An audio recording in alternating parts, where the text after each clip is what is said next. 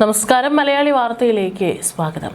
2014 മുതൽ കേന്ദ്രത്തിൽ ഹാട്രിക് തുടർച്ചയിൽ ഭരണം നടത്തുന്ന നരേന്ദ്രമോദി സർക്കാരിൽ കഴിഞ്ഞ 12 വർഷത്തിനിടെ ആദ്യമായാണ് ക്യാബിനറ്റ് റാങ്കുള്ള മന്ത്രി രാജിവെക്കുന്നത്.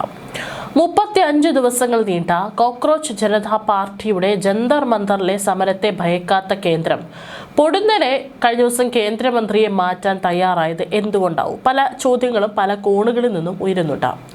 കേന്ദ്രത്തെ കീഴടങ്ങലിലേക്ക് നയിച്ച പ്രധാന കാരണങ്ങളിൽ RSS ഇടപെടൽ മുതൽ ഇന്റലിജൻസ് റിപ്പോർട്ട് വരെയുണ്ട് എന്നാണ് ഇപ്പോൾ സൂചനകൾ പുറത്തുവരുന്നത്.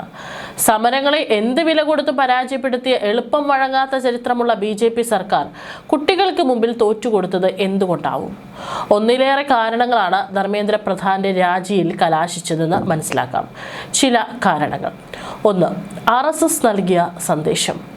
ജന്തർ മന്ദറിലെ സമരത്തെക്കുറിച്ച് പരോക്ഷമായി RSS മേധാവി മോഹൻ ഭാഗവത് പ്രതികരിച്ച് മണിക്കൂറുകൾക്കകമാണ് ധർമ്മേന്ദ്ര പ്രധാൻ രാജി സമർപ്പിച്ചത്. യുവാക്കളുമായി സമവായത്തിലെത്താൻ കുടുംബങ്ങളും സമൂഹവും തയ്യാറാകണമെന്ന മോഹൻ ഭാഗവത്തിന്റെ പ്രസ്താവനയുടെ സന്ദേശം തങ്ങൾക്ക് കൂടി ഉള്ളതാണെന്ന് കേന്ദ്രം മനസ്സിലാക്കി. പുതിയ തലമുറയുടെ യുക്തിസഹമായ ചിന്താഗതിയെയും ചോദ്യം ചോദിക്കാനുള്ള പ്രവണതയെയും ഉൾക്കൊള്ളണമെന്നും ഇതിനായി പഴയ രീതികൾ മാറ്റണമെന്നാണ് മോഹൻ ഭാഗവത് പറഞ്ഞത്. ആധുനിക മാതൃത്വം എന്ന വിഷയത്തിൽ ഡൽഹിയിലെ അംബേദ്കർ ഇന്റർനാഷണൽ സെന്ററിൽ സംഘടിപ്പിച്ച പരിപാടിയിൽ പങ്കെടുക്കവെയാണ് RSS മേധാവി ജൻസികളെ കേൾക്കാൻ സമൂഹത്തിനോട് ആവശ്യപ്പെട്ടത്. 1 മാസത്തിന് മുകളിലായി CJP ജന്തർ മന്ദറിൽ സമരം നടത്തുന്നുണ്ടെങ്കിലും പാർലമെന്റ് മാർച്ച് കൈകാര്യം ചെയ്തതിൽ ഡൽഹി പോലീസിന് സംഭവിച്ച വീഴ്ചയാണ് സമരത്തിന് പിന്തുണ കൂട്ടിയത്.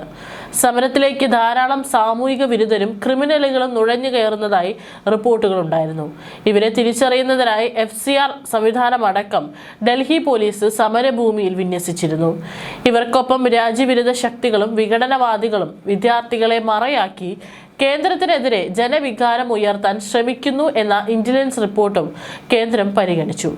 2500ഓളം സ്ഥിരം ക്രിമിനലുകൾ ജന്തർ മന്ദറിൽ നുഴഞ്ഞു കയറിയതായി ഡൽഹി പോലീസ് കണ്ടെത്തിയെന്ന് റിപ്പോർട്ടുകളുണ്ടായിരുന്നു. 3. യുവാക്കൾ എന്ന വളരുന്ന വോട്ട് ബാങ്ക്. രാജ്യത്തെ പ്രധാന ദേശീയ പാർട്ടികളെ അപേക്ഷിച്ച് പ്രായം കുറവുള്ള പാർട്ടിയാണ് BJP. പാർട്ടിക്ക് വേരോട്ടമില്ലാത്ത പല സംസ്ഥാനങ്ങളിലും തദ്ദേശ സ്ഥാപനങ്ങളിലടക്കം ഇപ്പോൾ അധികാരം പിടിക്കാനും സീറ്റ് നേടാനും കഴിയുന്നത് തന്നെ യുവത്വത്തിന്റെ സഹായത്തോടെയാണ്. പുതുതലമുറയുടെ ചിന്തകളിൽ ഇടം നേടിയാണ് ഗുജറാത്തിൽ നിന്നും നരേന്ദ്രമോദി ഡൽഹിയിലെത്തി പ്രധാനമന്ത്രി കസേര സ്വന്തമാക്കുന്നത്. ജന്തർ മന്ദറിലെ സമരം കുട്ടികളുടെ സമരമാണെന്ന തരത്തിൽ തരം താഴ്ത്താൻ ആദ്യഘട്ടത്തിൽ ശ്രമമുണ്ടായി. എന്നാൽ സ്ഥിരം അടവുകൾ സമരത്തിന്റെ ആദ്യ നാളുകളിൽ ഫലം കണ്ടെങ്കിലും ഡൽഹി പോലീസ് നടപടികൾക്ക് പിന്നാലെ പരാജയപ്പെട്ടു.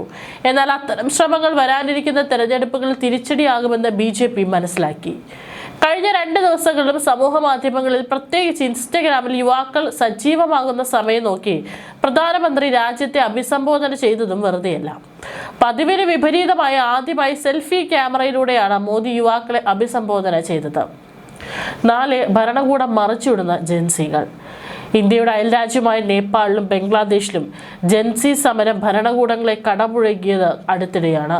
സമൂഹ മാധ്യമങ്ങളുടെ പങ്ക് ഇത്തരം പ്രവർത്തികളിൽ വലിയ പങ്ക് വഹിക്കുന്നതും കേന്ദ്രം മനസ്സിലാക്കി.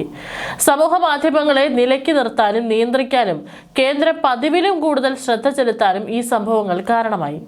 നീറ്റ് പരീക്ഷ വീണ്ടും നടത്തിയപ്പോൾ ടെലിഗ്രാമിനെ പൂട്ടിയിട്ടതും വാട്സപ്പിന് പുതിയ ഫീച്ചർ തടയിട്ടതും ഇതൊരു ഉദാഹരണമാണ്. നേപ്പാൾ ജൻസി കലാപത്തിന് പിന്നാലെ ലഡാക്കിൽ സമാന പ്രക്ഷോഭമുണ്ടായപ്പോൾ അടിച്ചമർത്താനാണ് കേന്ദ്രം തുടക്കത്തിലെ ശ്രമിച്ചത്. എന്നാൽ രാജ്യ തലസ്ഥാനത്ത് ജൻസി സമരത്തിന് മുമ്പിൽ സമവായമാണ് കേന്ദ്രം തേടിയത്. 5. CJP ഇനി എന്ത് ചെയ്യും? ഏറ്റെടുത്ത ആദ്യ സമരം തന്നെ വിജയിച്ച CJP ഇനി ഏത് രൂപത്തിൽ ഇന്ത്യയിൽ തുടരും? ഇതാണ് ഇപ്പോഴത്തെ പ്രധാന ചർച്ചാ വിഷയം. വരുന്ന ആളുകളിൽ CJPയുടെ നീക്കങ്ങൾക്ക് വലിയ ശ്രദ്ധ ലഭിക്കും. വിദ്യാർത്ഥികളുടെ കൂട്ടായ്മയായി CJP തെരഞ്ഞെടുപ്പ് രാഷ്ട്രീയത്തിലേക്ക് ഇറങ്ങുമോ അതോ ജനകീയ പ്രശ്നങ്ങളിൽ ഇടപെടൽ ശക്തമാക്കുമോ?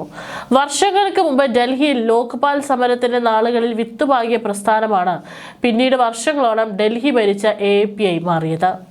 കേന്ദ്രത്തിൽ ഭരണം പിടിച്ചപ്പോൾ AAPI BJP നേരിട്ടതും പ്രത്യേക ലക്ഷ്യത്തോടെയായിരുന്നു. ജൻസികളെ ആകർഷിക്കുന്ന തരത്തിൽ BJPയിൽ മാറ്റങ്ങൾ വരാനും സാധ്യതയേറെയാണ്. ഇൻസ്റ്റഗ്രാമിൽ ശ്രദ്ധ വേണമെന്നും സജീവമാകണമെന്നും BJP നേതാക്കൾക്ക് നിർദ്ദേശം ലഭിച്ചെന്ന റിപ്പോർട്ടുകൾ സൂചിപ്പിക്കുന്നതും മാറ്റത്തിലേക്കാണ് വിരൽ ചൂണ്ടുന്നത്. വിദ്യാർത്ഥി സമരത്തിന് മുന്നിൽ പല പരാജയങ്ങളാണ് മോദി സർക്കാർ BJPയെ സമ്മതിച്ചത്. നീറ്റ് UG പരീക്ഷാ നടത്തിപ്പിൽ തങ്ങൾ പരാജയപ്പെട്ടു. ജൻസികളെ മനസ്സിലാക്കുന്നതിൽ പരാജയപ്പെട്ടു. എതിർ ശബ്ദങ്ങളെ ദേശസ്നേഹവാദങ്ങൾ ഉന്നയിച്ച് അമർത്തുകയെന്ന ടൂൾ കിറ്റ് പരാജയപ്പെട്ടു. വിദ്യാർത്ഥികളുടെ സമരത്തിനൊപ്പം പ്രതിപക്ഷ നേതാവ് രാഹുൽ ഗാന്ധിയുടെ നേതൃത്വത്തിലുള്ള പ്രതിഷേധവും ശക്തിപ്പെടുന്ന സ്ഥിതിയിൽ സർക്കാരിന്റെ പരാജയങ്ങൾ സമ്മതിക്കുകയല്ലാതെ മറ്റു മാർഗങ്ങളില്ലായിരുന്നു. തന്റെ മന്ത്രിമാരെങ്കിലും രാജിവെക്കേണ്ടി വരുമെന്ന്, തന്റെ പ്രതിച്ഛായയ്ക്ക് ദോഷമുണ്ടാകുമെന്നും കരുതുന്നയാളാണ് പ്രധാനമന്ത്രി നരേന്ദ്രമോദി.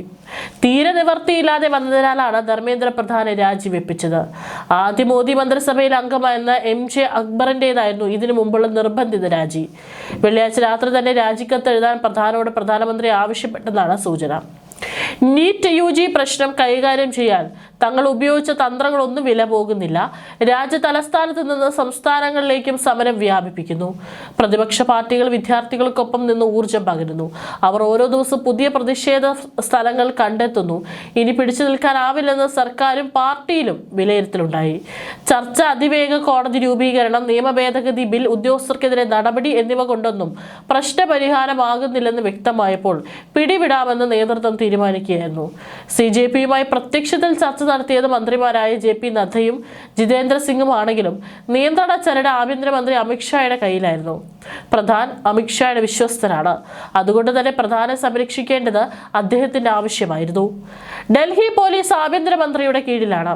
സാഹചര്യം വഷളായാൽ തന്റെ രാജിയും സമരക്കാർ ആവശ്യപ്പെടുന്ന സ്ഥിതി ഉണ്ടാകുമെന്ന് ആഭ്യന്തരമന്ത്രി വിലയിരുത്തിയതായി പാർട്ടി വൃത്തങ്ങൾ സൂചിപ്പിക്കുന്നു. പ്രശ്നപരിഹാരത്തിന് ഏതെങ്കിലും വിധത്തിൽ ഇടപെടാൻ RSS താല്പര്യമില്ലെന്നത് ശ്രദ്ധേയമാണ്. പാർട്ടി സംഘിന്റെ സഹായം തേടിയതുമില്ല. മോദി സർക്കാരിന്റെ പ്രവർത്തന ശൈലിയോടുള്ള അനിഷ്ടം തങ്ങൾക്ക് ലഭിക്കുന്ന അവസരങ്ങളിൽ പ്രകടിപ്പിക്കുന്നുവെന്നാണ് സംഘവൃത്തങ്ങൾ പറയുന്നത്. രാമക്ഷേത്രത്തിലെ സംഭാവന കൊള്ള, E20 പെട്രോൾ തുടങ്ങിയവയാണ് സർക്കാർ പ്രശ്നത്തിലായിരിക്കുന്ന മറ്റു പ്രധാന വിഷയങ്ങൾ. സംഭാവന കൊള്ള പാർട്ടിയെയും RSSനെയും പ്രതിരോധത്തിലാക്കിയിരിക്കുന്നു. E20 പെട്രോൾ വിഷയത്തിൽ തനിക്കെതിരെ പടകൂട്ടാൻ സർക്കാരിൽ നിന്ന് തന്നെ ചിലർ താല്പര്യപ്പെടുന്നുവെന്ന് ഗതാഗത മന്ത്രി നിതിൻ ഗഡ്കരിക്ക് ആക്ഷേപമുണ്ട്.